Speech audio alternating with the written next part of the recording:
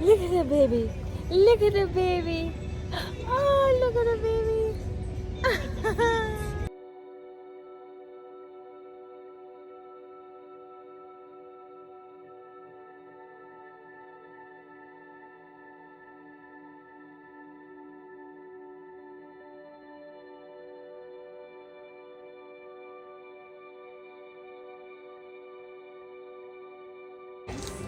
To eat a cacao or coffee? Cacao.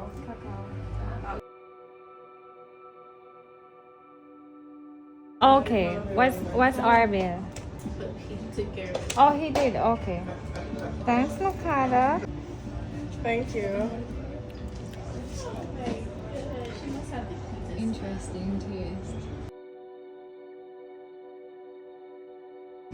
Better? In the morning I'll come for that mushroom with coffee. Thank you so much. Alright, we're going down Yeah. to get some incense. Thank you. First time in Yeah, hi, all gone. I'm not feeling some footage. Just want to get some incense though. Which one you want, Tiff?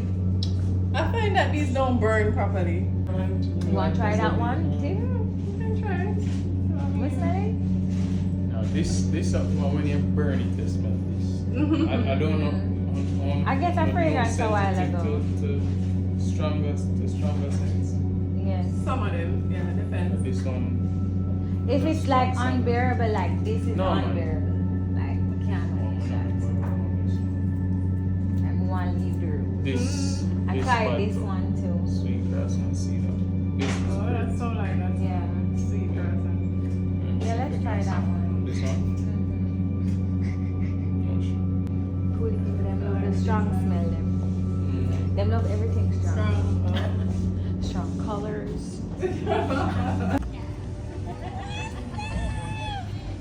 Sweet grass and cedar. How will I manage? That's over the same. Must have lies or don't.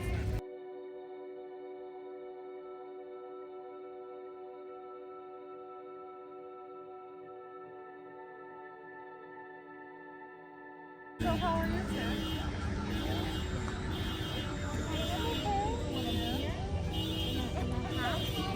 For the most part. Huh? I can see she excited. You love the stand-up thing.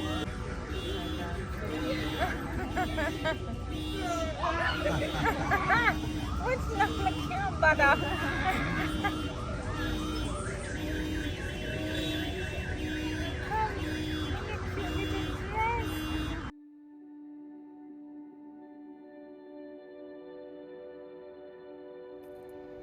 I love the feeling of sister circles.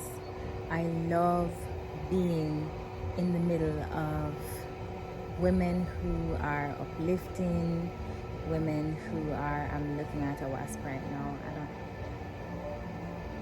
really, I prefer if he just goes, I'm not, okay. Women who are encouraging, women who are patient with each other, women who are loving, women who are caring, women who are raw, open and honest and free and, you know, non-judgmental. And yeah, it's just a loving space, a loving healing space, and that's feminine energy, you know. So if you are trying to embrace feminine energy, then you have to embrace sisterhood. That's a part of it. I asked you, Kayla, a question because we started talking about sister circle and sisterhood, and I asked her a question at the retreat about her mother, because her mother is a Rastafari. She grew up in a Rastafari family.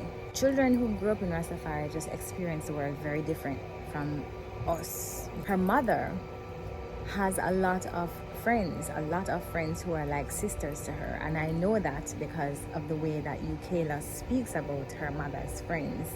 It's like they're her aunts. You know, you can see and sense the closeness. You can sense the sisterhood. So I asked her, you know, what do you think in their generation has been the key to them, being successful with sisterhood. They've had really good relationships with their friends. I liked what she said. She said she thinks that the ultimate thing, from her observation, what she sees is that there is a lot of respect between them, and mostly respect of their personal journeys, because everybody's on a different journey, everybody's on a different path, and we may not see the world the same way, but that doesn't mean that we cannot embrace each other and love each other and love our differences about each other.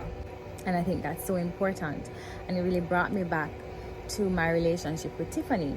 Even the girls, they asked me how long, because Tiffany ended up joining us at the retreat, her and the baby and another friend of hers, and so they asked us how long we had been friends, and I said, we have been friends since 2020, but it seems like the longest friendship that I've had, because out of all of the friendships, my friendship with Tiffany has been the most balanced. And not to say that it is perfect, it's not perfect. We definitely do have our differences. We're different. We're not exactly the same. We're not going to agree all the time, but we're still respectful of our differences, and that's what makes it work. And I love the way that Tiffany and I are friends. I don't know, I can't speak for her, but I know that I can speak for myself. I love the way that she friends me, and it's very loving. She's very kind. The way that we speak to each other, we always address each other as sister or sis. It's very respectful. We never use words like bitch toward each other. Would never happen. I would never feel like when we're together, we're in a space together, it's me and her. When we decide to share time with each other, we know that, okay, this is our time. Me and her now are gonna where I abandon her or she abandon me. That's not gonna happen. When Tiffany and I get together, it is usually planned because we have our own lives.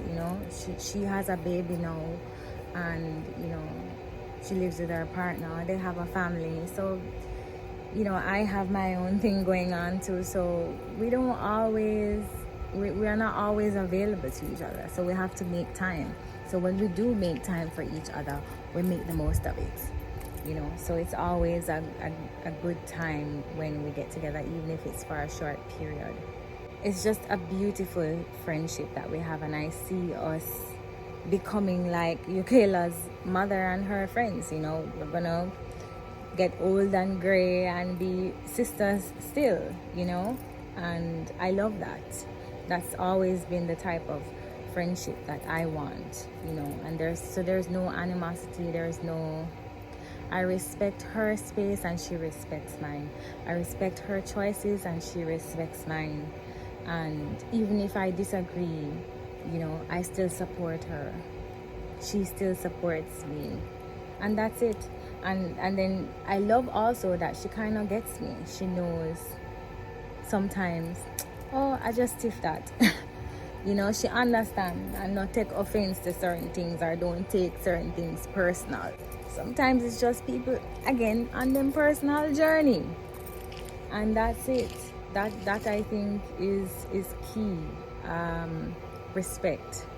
I think sisterhood is such a valuable thing for women. It's always healing. So even for me at the retreat, just being there with the other girls, they're younger women, and I really loved that experience as well, because I was able to share with women who are younger than me, which is a goal for me. I want to be that auntie, that young women can come to and sit at my feet, and I can give them advice about, taking care of their womb, herbal healing, sacred unions, whatever it is that they can feel free to express and get advice from me. I look forward to doing that.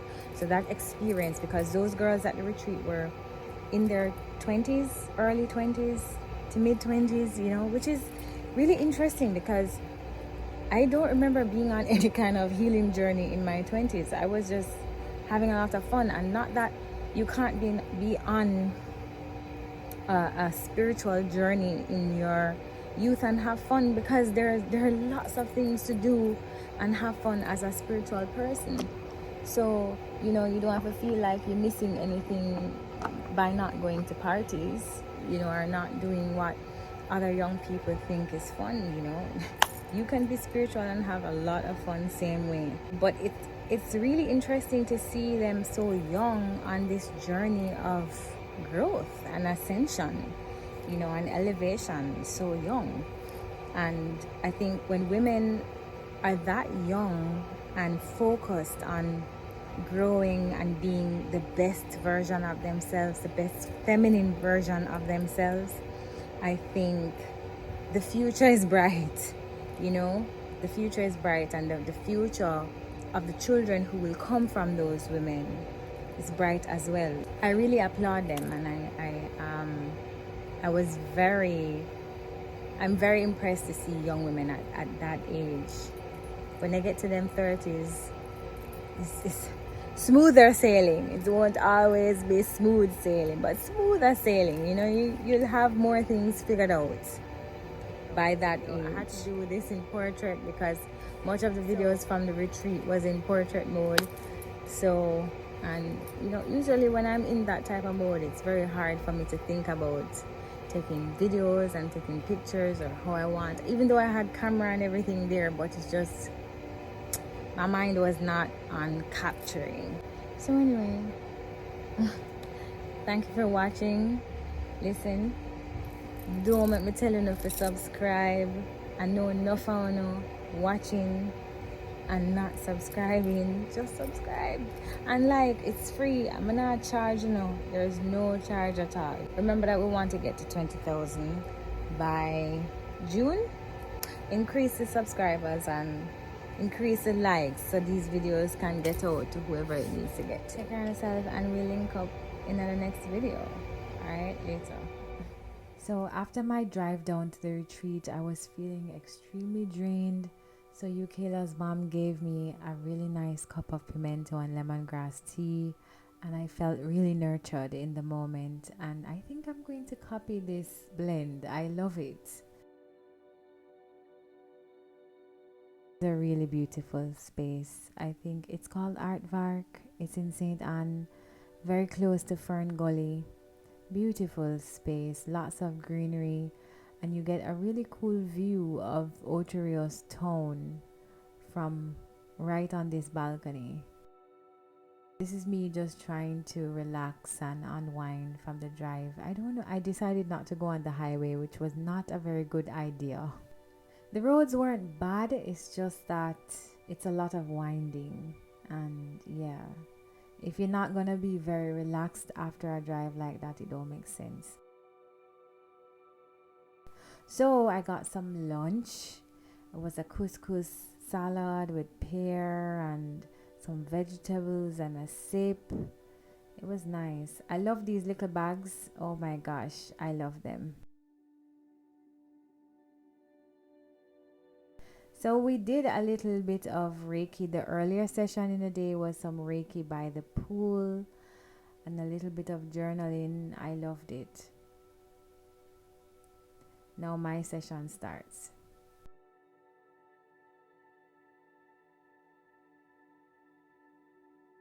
We started with some Cersei cleansing. As usual, purification is important before you do anything, just to clear the aura, cleanse any blockages. See, even Nazia get a little cleansing too. She is so adorable. Oh my gosh, I love that little girl. Bitter is good for cleansing and for detoxing. It's very good for shadow work as well. And it's good too when you drink bitters, not to try and go for something sweet right away. Sit in it. Sit in the bitter, sit in the feelings, feel what comes up when you are drinking the bitters. After you drink the bitters, sense what's coming up for you while you're drinking.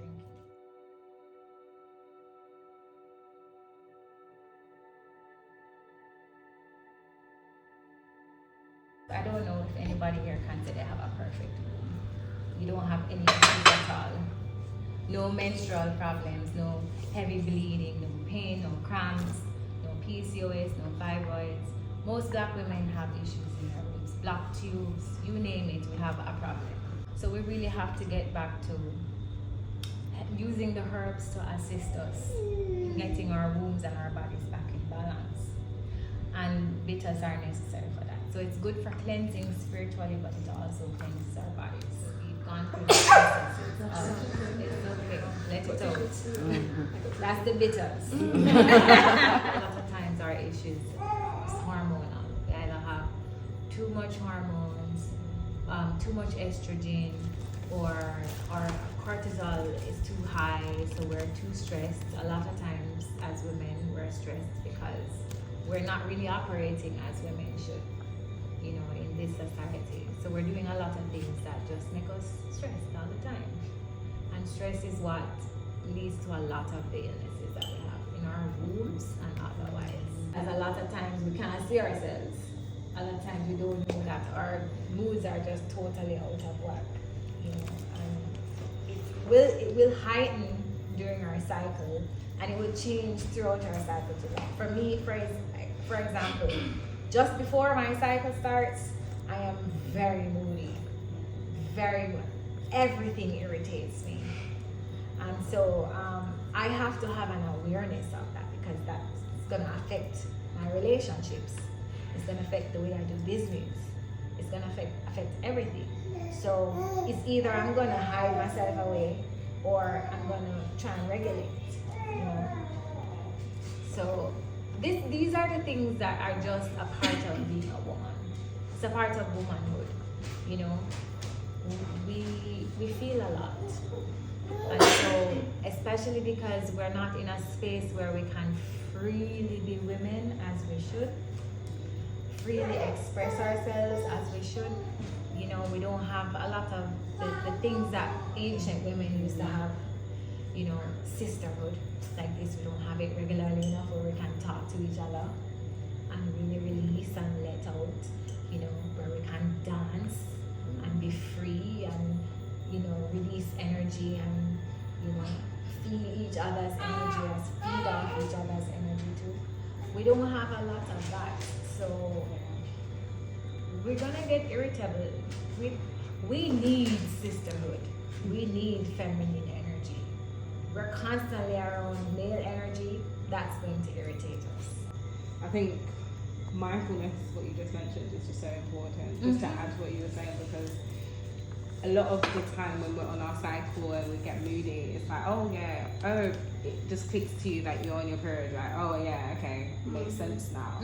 But I think that it shouldn't be like at that moment. It should be conscious, like before it's survival, so you can be prepared, or you can utilize what is needed for that process. I don't know, but yeah. Yeah, man. Of course, it definitely takes that. So you have to prepare from before. You know this. As I said, it's acceptance again of yourself as a woman, knowing that I'm a woman. This is what comes with woman. So taking care of myself right through the month, I know all of my needs right through the month for me to be a balanced woman. A lot of promoting natural hair and self-love to black women. It got to a point where I realized a lot of women were transitioning back to relaxed hair. And so I think the self-love wasn't really there. We were just trending. It was a trend for us. Felt like there was something seriously wrong with that. You know, why are we putting on ourselves as a trend and then taking it off? So I felt like there was a need for deeper healing. So that's pretty much where it started, and I feel like a lot of it is in our roots.